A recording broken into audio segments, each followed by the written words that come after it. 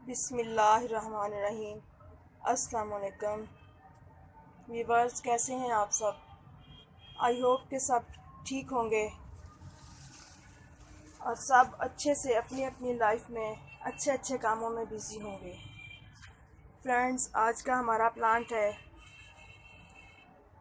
Cycas रेवलूटा king palm.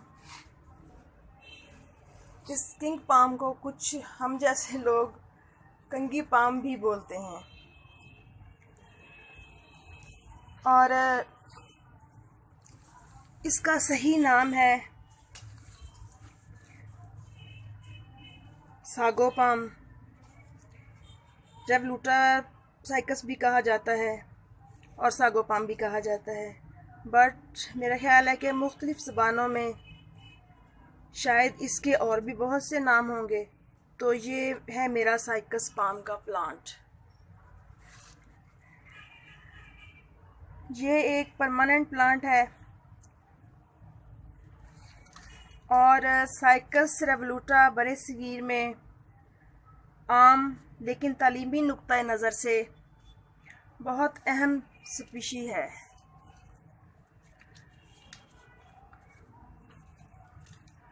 इसके पत्तों का यूं दायरे में एक साथ खुलना बहुत अच्छा नज़ारा पेश करता है। बहुत खूबसूरत लगता है ये प्लांट जब यूं सेंटर में से इसके 10-12 पत्ते 14 पत्ते खुल के एक दम सामने ऊपर को आते हैं तो बहुत अच्छा लगता है। ये तकरीबन मैं 4 साल पहले प्लांट्स लेने नर्सरी गई तो ये प्लांट लेना चाहा तो नर्सरी वाले भैया से मैंने पूछा। इसके साथ का तकरीबन इतना ही प्लांट था वो। जब नर्सरी वाले भैया से मैंने उसकी प्राइस पूछी तो उसने मुझे उस एक प्लांट की कीमत बताई 7,000 रुपये, जो कि मुझे बहुत ज़्यादा लगा। तो उसके साथ ही कुछ छोटे छोटे प्लांट्स भी पड़े हुए थे तो मैंने उनका पूछा तो उन्होंने वो मुझे ना 200 में दे दिया। जस्ट 2 लीव्स थे उसके, तो 200 में मैंने वो लिया और मैंने 450 का गमला लिया। बाकी जो प्लांट्स लेने थे लिए और मैं घर आके मैंने तो उसको सेट कर दिया। मेरी कज़न के घर ये प्लांट था तो मुझे बहुत अच्छा लगता था। मेरे पास प्लांट्स और भी काफ़ी सारे थे लेकिन ये वाला प्लांट नहीं था, इसलिए मैं लेना चाह रही थी। तो यूँ ये प्लांट मेरे पास आ गया और घर आके मैंने इसको सेट कर दिया। तो बाकी पौधों के साथ रूटीन वाइज मैं जैसे बाकी सब पौधों को देखती थी इसका भी ख्याल किया। तो यूँ 6 माह के बाद तकरीबन इसने न्यू ग्रोथ दिखाई और इसके 8 पत्ते सेंटर से निकले, जिनको देख के मैं बहुत खुश हुई। फिर तकरीबन 6-7 माह बाद ही फिर बाहर के मौसम में तकरीबन इसके 8 पत्ते दोबारा निकले। तो इसकी ग्रोथ स्लो है बट फिर भी मैं इसकी ग्रोथ से खुश हूँ कि 6 माह बाद ही सही ये न्यू ग्रोथ तो देखने को देता है ना। और वैसे तो ये प्लांट हार्डी प्लांट है और इसको तकरीबन सर्दियों और गर्मियों में पानी नॉर्मल ही चाहिए होता है। जब मिट्टी सूखती है तो पानी देती हूँ क्योंकि ज़्यादा पानी देने से इसकी स्टेम नीचे से गल जाती है और प्लांट डेड हो जाता है।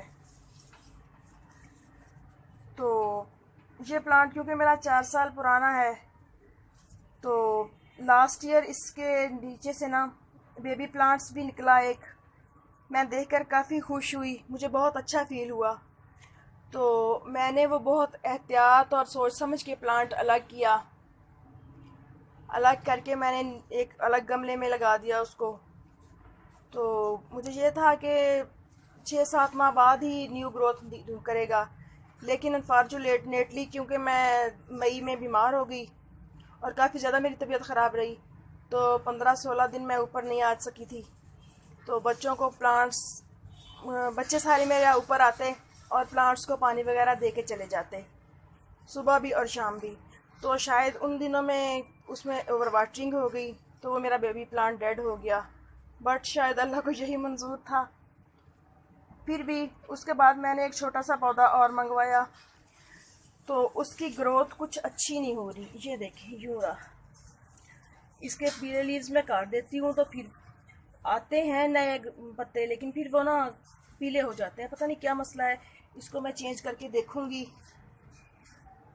तो इसकी ग्रोथ कुछ अच्छी नहीं हो रही ना। चलें बात करते हैं इसकी जर्मिनेशन की। तो ये प्लांट जब थोड़ा मैच्योर हो जाता है तो नीचे से इसके बेबी प्लांट्स भी निकलते हैं, जिनको अलग करके आप नए प्लांट्स बना सकते हैं। मिट्टी में नारियल की तरह होता है, और जैसे कच्चा नारियल नहीं होता इस तरह से, तो इसके सेंटर में से फिर ना ग्रीन कलर का पत्ता सा निकलता है, तो इंसान समझ जाता है भी ये बेबी प्लांट्स बन रहा है। और जर्मिनेशन का जो दूसरा तरीका है वो है सीड से। पौधा जब 15 साल से बड़ा हो जाता है तो इसके सेंटर में एक बाउल सा बन जाता है।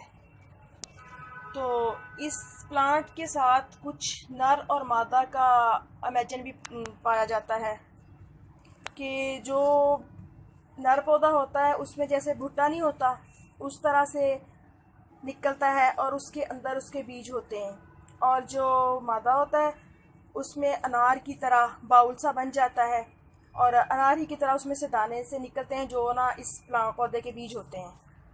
तो उनको ग्रो करके भी इसकी जर्मिनेशन की जाती है। बाकी खाद वगैरह में इसको गोबर खाद पसंद होती है।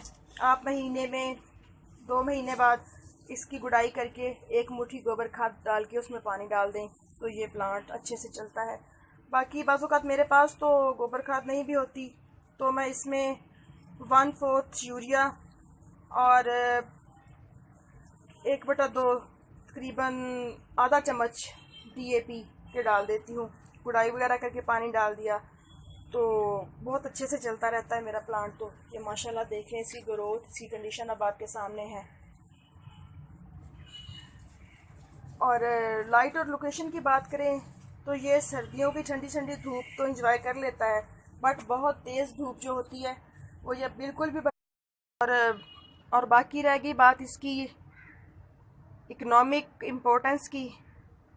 तो जो साइकस फार्म है, इस पौधे की ना ये जो पत्ते हैं नरम नरम से अच्छे अच्छे पत्ते होते हैं, ये हैट्स, बास्केट्स और मैट्स बनाने के काम आते हैं। और साइकस क्रिनलाइज के सीड को पेस्ट बना के कोकोनट ऑयल में मिक्स करके सूजन वाली जगहों पर भी लगाया जाता है। और साइकस के टेंडर लीव्स का जूस बना के वॉमिटिंग, मैदे में गैस और आंतों के फुलाव वगैरह में इसका इस्तेमाल करवाया जाता है। और साइकस रेवलूटा स्पीशी के बहुत सारे पौधे सजावटी कामों के लिए उगाए जाते हैं। जहाँ भी पौधों की सजावट हो वहाँ पर इसके पत्ते ज़रूर देखने को मिलते हैं। ये अपनी खूबसूरती की वजह से अपनी मिसाल आप होते हैं।